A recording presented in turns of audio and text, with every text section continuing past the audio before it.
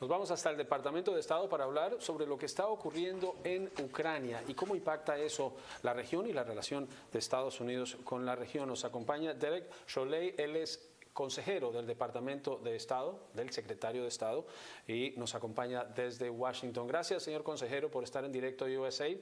Comienzo preguntándole, en este momento, ¿cuál es el impacto que ustedes ven de la guerra provocada por la invasión rusa de Ucrania en la región y en la relación de Estados Unidos con países de la región?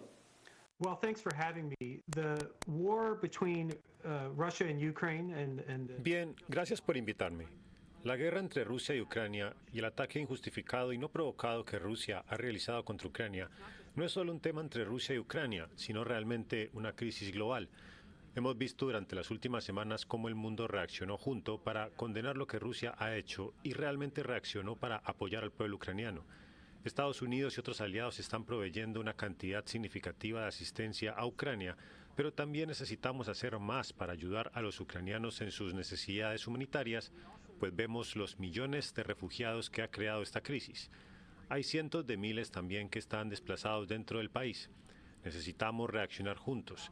Primero, para condenar el comportamiento de Rusia. Segundo, aislar y castigar a Rusia por su comportamiento. Y tercero, ayudar al pueblo ucraniano. second, to isolate and punish Russia for its behavior, and third, to help the Ukrainian people. Gobiernos como el de México han dicho que no van a imponer sanciones a Rusia. ¿Cuál es la reacción de Estados Unidos y cómo puede eso impactar la relación? Hemos visto noticias y algunas versiones que dicen que muchos ricos rusos estarían yendo a México en medio de las sanciones internacionales. Well, the United States will continue to work very closely. Bueno, Estados Unidos continuará trabajando muy de cerca con el gobierno de México en vías de trabajo conjuntas porque necesitamos castigar a Rusia por esta terrible invasión y la brutalidad de las acciones de Rusia contra Ucrania todos los días. Por supuesto que queremos ver tantos países como se pueda, incluyendo a México, reaccionando, no solo condenando a Rusia, sino tomando acciones que eviten que Rusia pueda seguir operando en la economía global y por supuesto considero que esas conversaciones se mantendrán. Cualquier país que parezca trabajar con Rusia para evitar las sanciones en contra de ese país se convierte en sí mismo en un posible objetivo de sanciones. Yo no espero eso del gobierno de México, pero ciertamente ese es el mensaje que le estamos enviando a todos los países, que estas sanciones son significativas y que cualquier intento por tratar de ayudar a que Rusia las evite tendrá una respuesta. Su cargo como consejero del secretario de Estado es estar participando en las diferentes prioridades del departamento, crisis como la de Ucrania. Hace poco, por ejemplo, una visita de funcionarios de Estados Unidos a Venezuela. ¿Ha habido un avance después de eso? ¿Se anticipan cambios en las sanciones impuestas a Venezuela para la venta de petróleo? No, and the sanctions remain. No, las sanciones contra Venezuela se mantienen. No estamos discutiendo eso en este momento. Este viaje reciente de algunos de mis colegas aquí en el Departamento de Estado y la Casa Blanca fue sobre la liberación de 2 estadounidenses detenidos injustamente que habían sido detenidos en Venezuela. También para tratar de apoyar un diálogo entre el gobierno de Maduro y la oposición de Venezuela. Es algo que todavía apoyamos, pero actualmente no consideramos el levantamiento de las sanciones.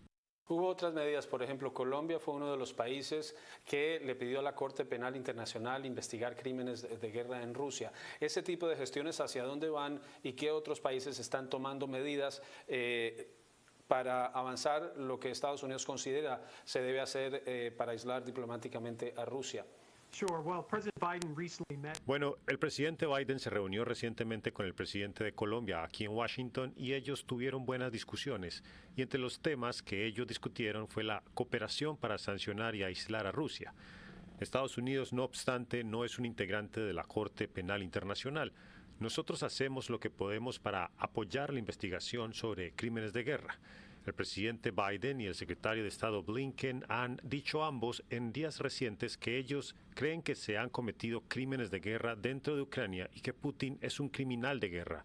Por supuesto, se necesita una respectiva investigación, la recolección de evidencia para emitir cargos y hacer rendir cuentas por sus acciones. y ellos están retrocediendo. Estados Unidos está muy animado de ver el nivel de apoyo que estamos recibiendo, no solo en muchos países de nuestro vecindario, sino a lo largo del hemisferio, en las condenas hacia Rusia y asegurarse de que Rusia permanezca aislada.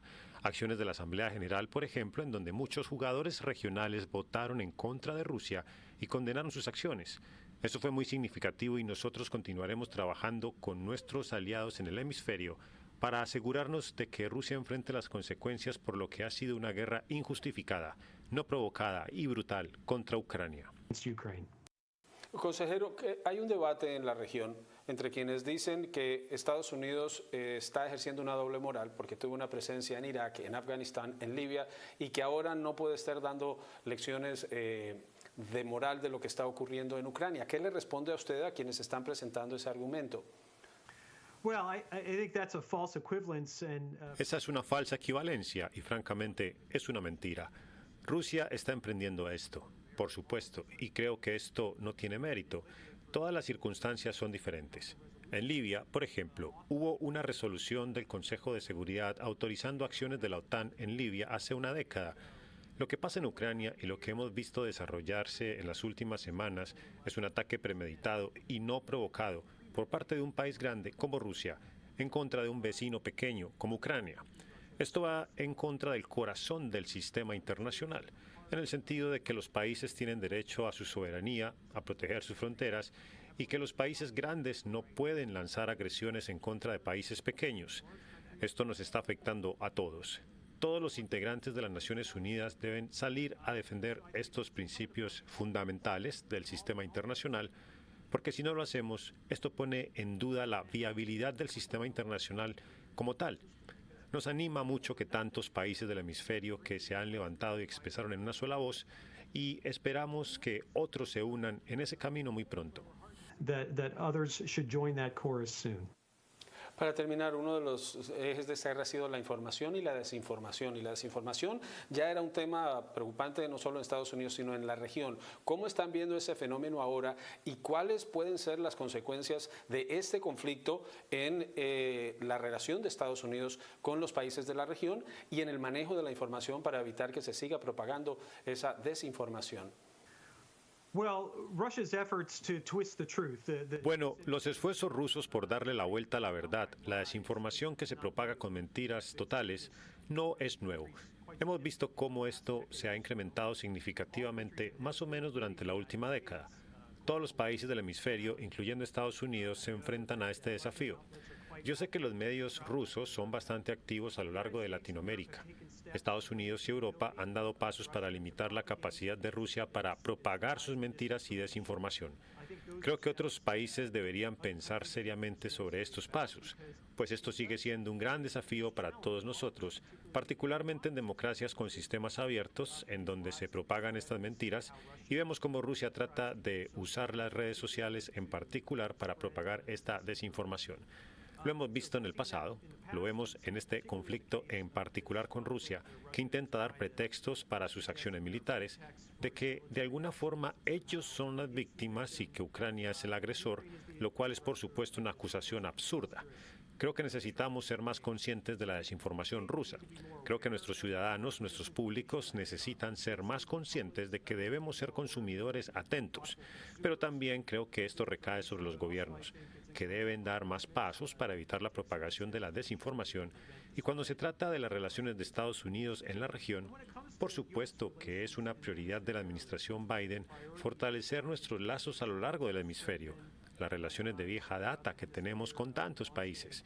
Esta crisis está ocurriendo en Europa, pero como dije antes, es una crisis global. Es algo que nos está impactando a todos, en particular, dadas las características de una economía global. Y nuestra esperanza es que la respuesta a esta crisis nos va a unir aún más. Vamos a necesitar trabajar juntos para encarar los desafíos que van a emanar de esta crisis. Vamos a tener que trabajar juntos para enviar ayuda a Ucrania.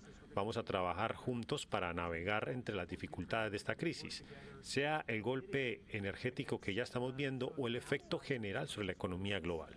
Vamos a trabajar juntos para sostener los principios del sistema internacional que Rusia está asaltando actualmente en esta guerra en Ucrania.